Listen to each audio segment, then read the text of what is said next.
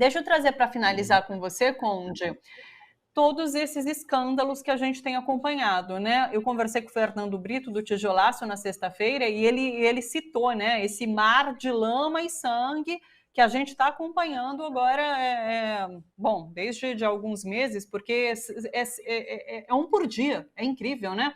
Então a gente teve agora, só do final de semana para cá, esses 3 escândalos que eu citei ali no início, o bolsolão do asfalto, tem essa questão das escolas fake, tem essa questão do Viagra, a gente tem a CPI do MEC, né, que estava até sexta-feira para acontecer, agora no final de semana, senadores retiraram a assinatura para a abertura dessa CPI.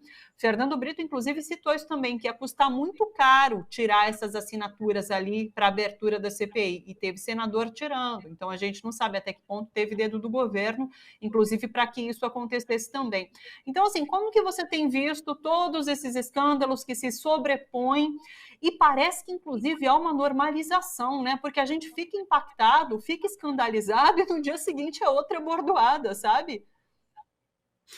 A diferença, por exemplo, de quando a imprensa cavocava, inclusive escândalos inexistentes nos governos passados de esquerda, Lula e Dilma, é que nos governos passados, esses governos eram responsivos, né? Os chefes de Estado, os líderes, os ministros, os secretários e eles iam para a imprensa, eles eram expostos e eles democraticamente se colocavam para responder, mesmo se as acusações fossem falsas e fossem sem comprovação.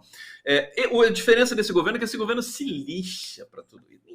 Ninguém fala nada. O jornalista nem vai atrás. Você entendeu, Thalita? Nem procura, nem pergunta, nem interpela, nem telefona, nada. Porque sabe que todos eles praticamente a atitude desses secretários, deputados, de onde eclodem essas transferências de recursos monstruosos. Por exemplo, construir 2.000 escolas, sendo que 3.500 estão em construção. Esses absurdos, esse repasse de Viagra para as Forças Armadas, tudo sem transparência. Você entendeu?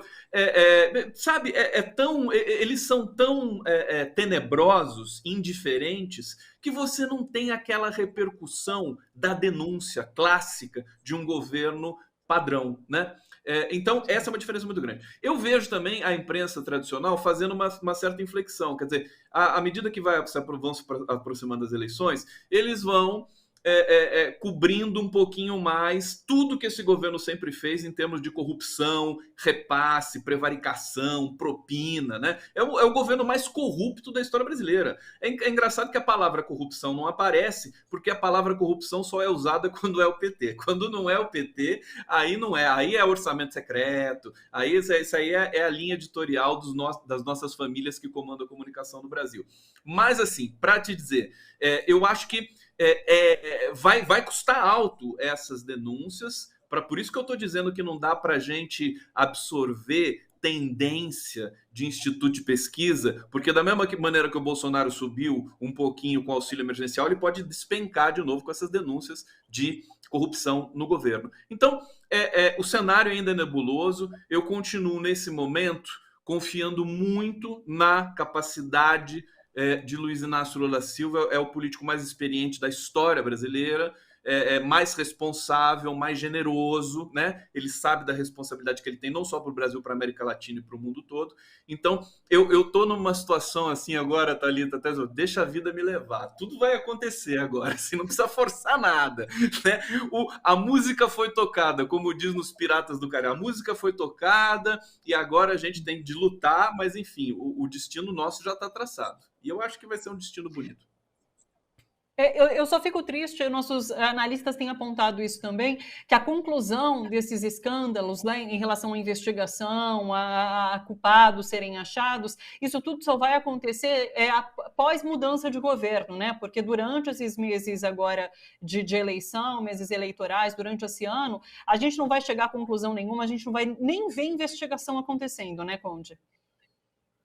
Não vai ver, não dá mais tempo. Essa questão da CPI, por exemplo, triste, vai custar caro mesmo. O senador Ariovisto, o senador Weverson, do PDT, tirou a assinatura, mas não acabou essa novela. Eu sei que o Randolfo Rodrigues vai tentar ainda buscar mais assinatura. Faltam 3 assinaturas. Com 3 assinaturas, ele abre a CPI. Se essa CPI fosse aberta, a nossa missão estaria muito mais simples para trazer a democracia de volta. Seria a esquerda devia dar prioridade zero para essa questão da CPI do MEC.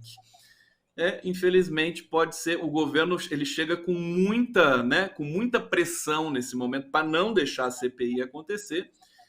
Vamos ver. O Lula em Brasília nessa semana, talvez ele possa modificar um pouco esse cenário ali. E acho que vai. Acho que vai.